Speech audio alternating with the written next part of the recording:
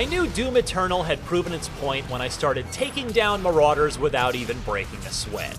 These terrifying devil-horned axe wielders had been life-threatening challenges when they were first introduced midway through the game, but a while later I was effortlessly throwing them aside in one-on-one duels.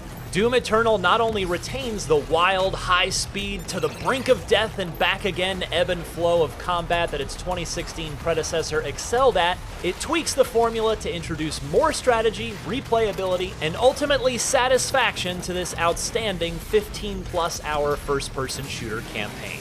Heads up, this review covers only the single-player campaign of Doom Eternal. The 2v1 multiplayer battle mode won't be available until launch on March 20th, so check back soon after that for our multiplayer review and final overall review.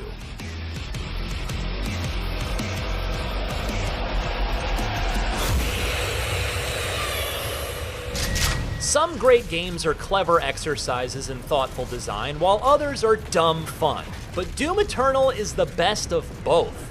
Before long, you'll be thrown into the meat grinder with dozens of Hell's denizens at once, including resurrected Doom 2 favorites not seen in the 2016 reboot.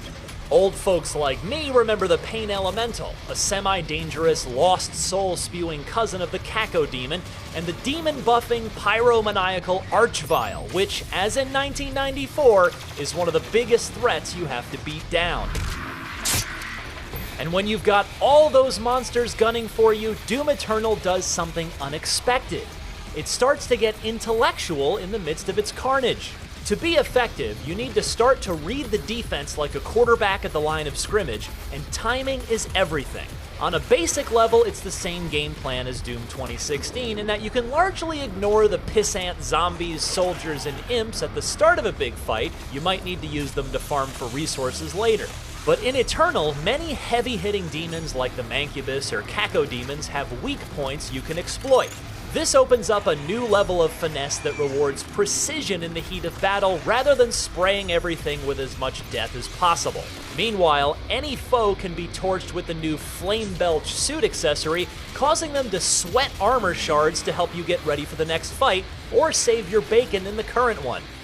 Need ammo? If you can't find enough around the battlefield, the chainsaw isn't just a kill-anything-get-out-of-jail-free card. It is once again one of the most fun weapons to use that also happens to be an ammo generator.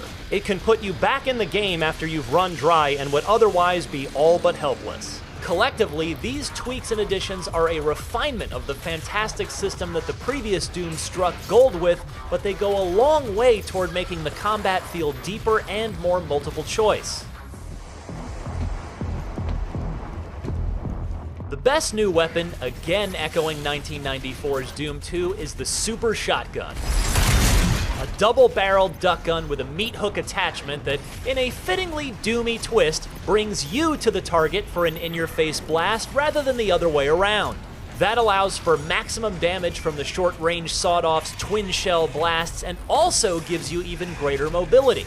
In all, there are enough new options that it seems like no two slayers will slay the exact same way, and that makes for some welcome water cooler talk with friends as well as genuine replayability. Speaking of secrets in traditional Doom fashion, Eternal is packed with them. Some tease you in plain sight and challenge you to reach them, while others are tucked cleverly out of the way. Most require your best double-jumping, air-dashing platforming skills in order to reach their location. Rewards range from upgrade points to collectible Funko Pop-like toys of each monster, and the search for them becomes something of a reward in and of itself because of how much fun it is to solve each secret's little puzzle. Not to mention how they serve as a refreshing cooldown period after you finish off another big combat bowl. Between missions, you'll return to the Fortress of Doom, an orbital man cave that's far too big and empty for what it actually offers, which isn't much aside from a literal man cave, but it does let you sample classic id Software soundtracks from the past 25 years, and I recommend that you do. And yes, like its predecessor, there's an unexpected amount of actually respectable plot underneath all of the neck-snapping, eyeball-popping madness. Doom Eternal's story is surprisingly fleshed out, though unfortunately you have to read most of it in menu-based text logs instead of the dramatic scenery-chewing performance it deserves. I was happy to follow along at first, but by the latter third of my quest to save Earth and all of mankind, I'd grown weary of reading log after log and just thirsted for more action. Add in Slayer gates and secret timed encounters hidden in each level that serve up one-off rounds of extra challenge and extra reward, and simply put, Doom Eternal is one of the best first-person shooter campaigns I've played in years. As the second game of its kind, it's lost some of its novelty, but none of the joy of its intense and furious combat style. This excellent refinement of the already outstanding 2016 reboot makes you an unspoken deal. If you can keep up with it, it will keep up with you.